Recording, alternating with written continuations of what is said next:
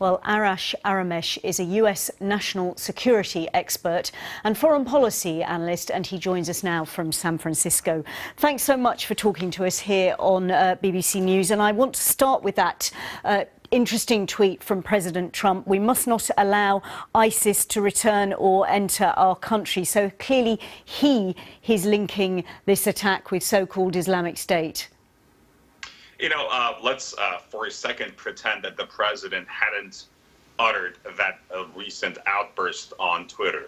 Yes, the attacker may have been inspired by ISIS, but all the signs and all the signals of this attack would tell a national security professional that this was poorly planned, and at the very best, this guy was just inspired by ISIS propaganda online. And there's a whole set of, there's a list of checklists. There's a checklist that we can go through and see what are the odds of this plan having been planned by ISIS in Syria or in Iraq, or just inspired sort of by online propaganda. So secondly, if the president would like to take political sort of advantage of this attack, again, he should remind himself that this gentleman, who happens to be from Uzbekistan, from Uzbeki origins, his country is not on the Muslim travel ban. You know, the president went after a list of sort of a targeted list of Muslim countries to appease some of the fringe base, and which has nothing to do with national security. But very briefly,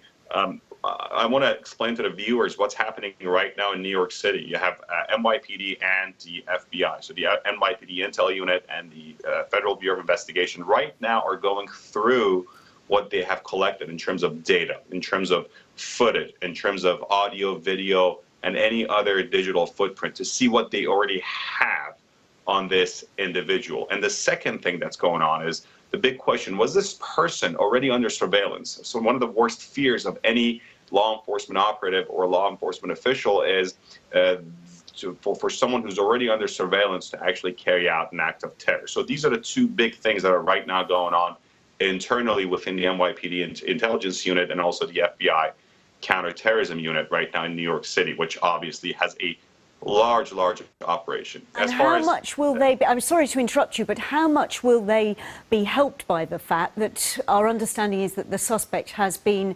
detained alive? How much will that help the investigation? It's very important, because now you have a live suspect. Now you have a live suspect who can be interrogated, who can talk about how he was inspired by online propaganda. If perhaps there is that very small possibility, but again, I don't think there is, but if there's that small possibility that he was in touch with ISIS Central, then we can get those links. We can find out more and more about his training and his sort of thought process, but also for us to better understand how young men, and sometimes in many cases young women, get attracted to these radical organizations and get and are willing to carry out sort of lone wolf attacks inspired by the ISIS ideology and ISIS message, would help us better confront them and also better prevent these things from happening. So it is very, very important, and it's a good thing that now we've got a live suspect, because most of these guys, when they carry out an attack, they're ready to die and go to paradise, and it's very important. And I applaud the NYPD and those two officers who brought this man down, that they actually captured him alive. So we got someone to talk to. What do you make of what we understand to be the nature of the attack, that this was a man in a truck driving it into innocent people on the streets, attacks that we've seen in London and Barcelona, but not necessarily in the United States? You know, when I say a lot, there are a lot of signs telling us this was a lone wolf loser, sort of a poorly organized attack. And if this was not an organized attack, is, you know, you got to look at what's been happening. First and foremost, last month, as a matter of fact, ISIS published in their sort of monthly publication, they had a huge sort of an article on how easy it is to get access to weapons in the United States, and they encouraged their operatives to go buy weapons. All this guy could do at best was to get a pellet gun and I think a paint gun, thankfully. And also it tells us what we need to do to close some of those gun loopholes so people can't go buy an AR-15 and start spraying people in downtown New York. Secondly, if you look at that route that he hit, first of all, he's not next to the World Trade Center. There is a 4-lane highway and a divider dividing where he was and the World Trade Center. Secondly, all he had to do to inflict more casualty was drive up north. If you look at the map, you see that he's going south.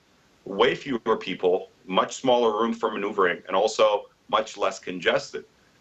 If this was a sophisticated terrorist attack organized by ISIS, one would think that those capable adversaries would plan these things out. So these are all the signs that I think sort of would tell one that this was a sort of a lone wolf inspired by online propaganda. It doesn't reduce anything from the significance of this heinous attack, but it's also telling us that we don't really have active ISIS cells in this country with direct links to Syria or to Iraq. So that is important to keep in mind. Yes, we must keep in mind, of course, that 8 people have died and there have been multiple injuries. The New York Governor Cuomo has said that as a precaution, expect to see increased security at high-profile locations. New Yorkers should be New Yorkers. He adds, we will not be deterred. But tell us a little bit about the terror threat in the United States at the moment. What sort of level is it at? Yeah, well, let's not also forget that today is Halloween. Tonight is Halloween. I can't think, I can't really possibly believe that this was not part of this individual's plan to sort of try to inflict some kind of pain to disrupt the normal life in America. Tonight is Halloween, and what happens on Halloween is parents after work take their kids trick-or-treating. There's going to be many, many, many parties all across the country, including New York City.